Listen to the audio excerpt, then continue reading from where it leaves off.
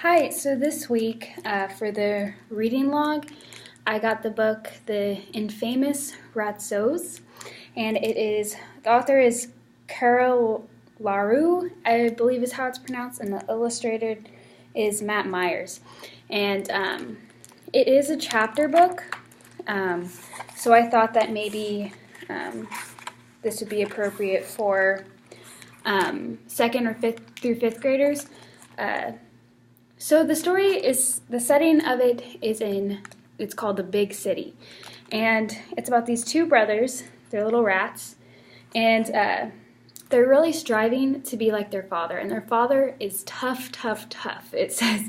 And so throughout the story, they're really trying to find ways that they can be tough and to show their father that they're tough. So one of the first ones is they try to steal Chad's hat. You can see there. And Chad is the big bully of the school. But later they find out when they get the hat that it's their friend Tiny's hat. And so the teacher sees it and they praise the little brothers for getting the hat back for him. And this continues throughout the story. You can see there's a lot of snow here. And for Mr. O'Hare's store, they were going to shovel all the snow in front of the door so then Mr. O'Hare couldn't get out. But actually they went the wrong way and they ended up clearing the sidewalk for him to get out.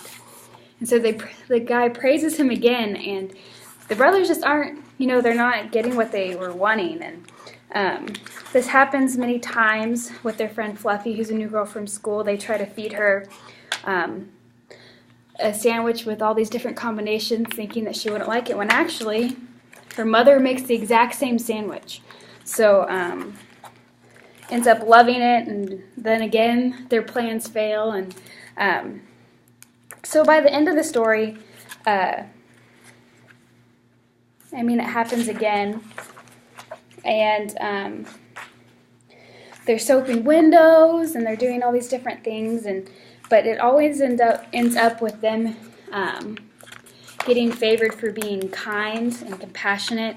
And so they actually get written up in the school newspaper for being so kind, and they get recognized for it. And the father comes back, and the brothers are kind of scared. They're like, no, it was him, it was the other one. You can see Louis pointing to Ralphie right there and trying to blame it on him, saying that he was the one that was kind.